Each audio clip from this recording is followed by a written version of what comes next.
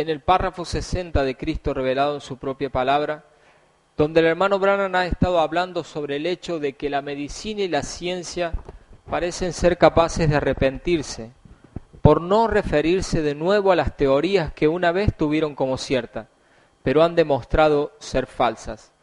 Nosotros hemos pasado una buena cantidad de tiempo para examinar esta área del arrepentimiento y la diferencia entre el arrepentimiento y la fe, y la diferencia entre la fe y la realidad. ¿Cristalizados por la doctrina del mensaje? Amén. Bueno, vamos al punto. Primer punto. Arrepentimiento. Arrepentimiento nos trae a fe. ¿Sí? Pero fe nos trae a la realidad. Entonces, vamos así. F, a las realidades infalibles de su palabra. Entonces, aquí tenemos arrepentimiento, que es el primer proceso que es hablado en Hebreos capítulo 6, versículo 1. Dejando atrás ya los rudimentos de la doctrina, ¿sí? La fe en obras muertas, vamos hacia adelante a la perfección. Por lo tanto, el arrepentimiento, que es, según lo que el hermano Branham nos enseñó, es un cambio de pensamiento. Entonces, el hermano Branham dice, la ciencia tuvo sus grandes doctores en aquellos tiempos, ¿sí? Y por medio de esos grandes doctores, ellos tenían un pensamiento bajo una teoría que si curaban o que si hacían tal cosa, podrían curar algún tipo de enfermedad. Pero vino otro doctor, vinieron otros científicos, vinieron otros hombres con un pensamiento más desarrollado por causa de la ciencia. Entonces ellos determinaron que lo que estos otros doctores decían no era cierto, porque de esa manera que estos doctores utilizaban para curar no era la manera correcta. Por lo tanto, una vez que ellos descubrieron que lo que estos doctores dijeron, nunca más volvieron a curar de esa manera que curaban antes. Eso es lo que nos ha estado enseñando el hermano Branham, ¿verdad? Ahora, eso muestra que para que haya un cambio de pensamiento, ¿sí?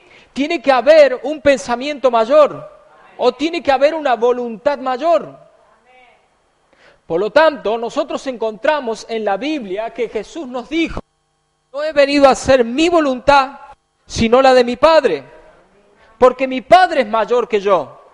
Por lo tanto, la voluntad de Dios es la mayor voluntad para un hijo de Dios. ¿Estamos? Entonces, cuando nosotros encontramos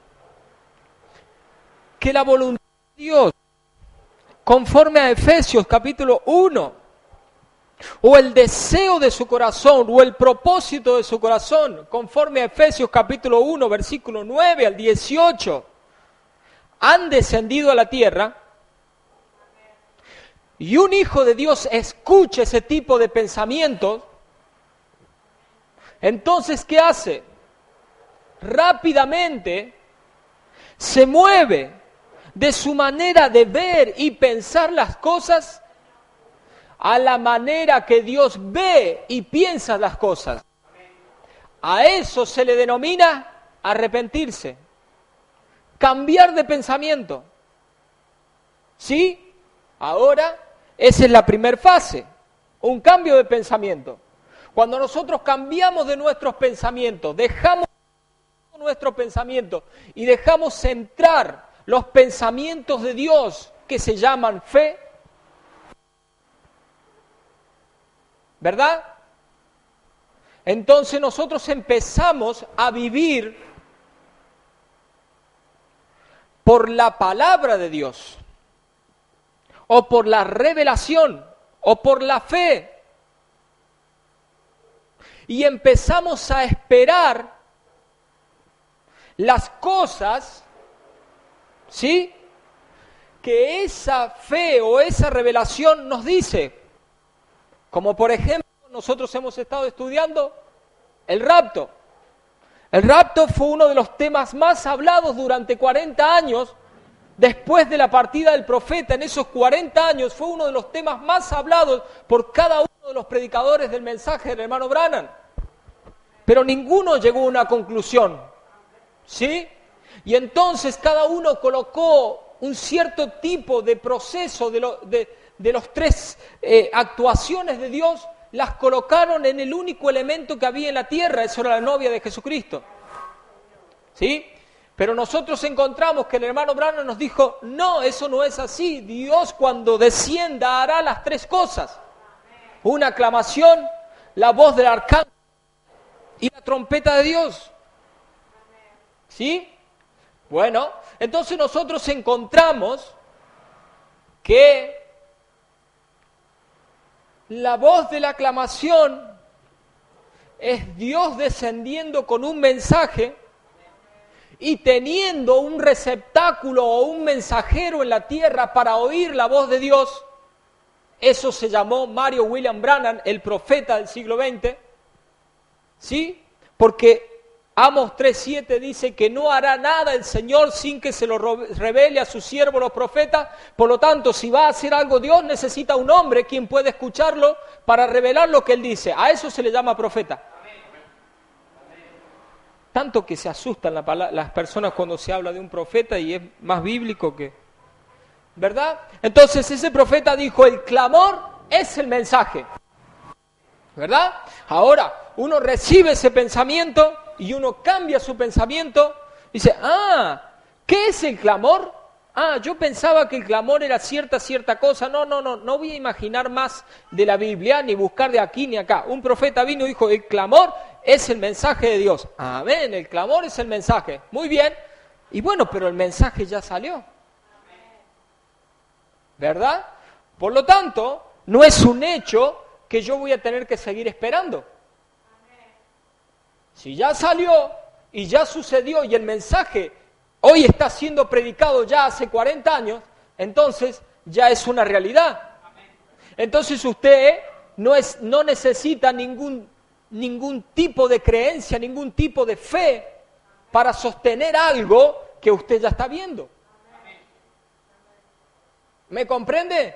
Por lo tanto, hay un movimiento del arrepentimiento a la fe, de la fe a la realidad infalible de Dios.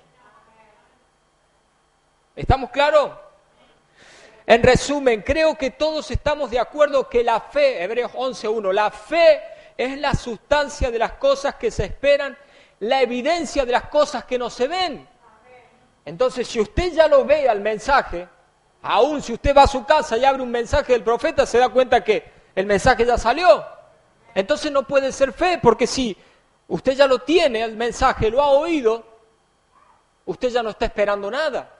El mensaje ya salió hace 40 años.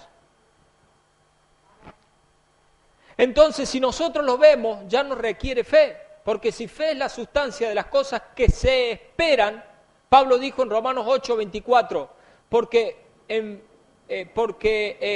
esperanza fuimos salvos, pero la esperanza que se ve no es esperanza, porque lo que uno ve, ¿a qué esperarlo? Pero si esperamos lo que no vemos, con paciencia lo guardamos. Espero y confío en que por ahora estaremos en una posición de pasar más allá de la fe. Cuando se trata de la revelación del aparecer del Cristo y el orden de su venida, el rapto de los santos, la reunión con Él y todos estos eventos que se refieren al tiempo del fin y la revelación de sí mismo y el regreso a casa de los elegidos. Porque cuando nosotros podemos ver que estas cosas ya han tenido lugar o que están en el proceso de tomar un lugar y podemos no solo verlas a ellas tomando lugar, sino que nosotros también